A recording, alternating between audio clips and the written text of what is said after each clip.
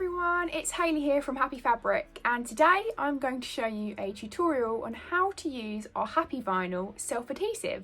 Now this is a vinyl that sticks onto hard surfaces such as glass, ceramic and plastic, and I'm going to show you how to create this lovely golden bee design with a step-by-step tutorial.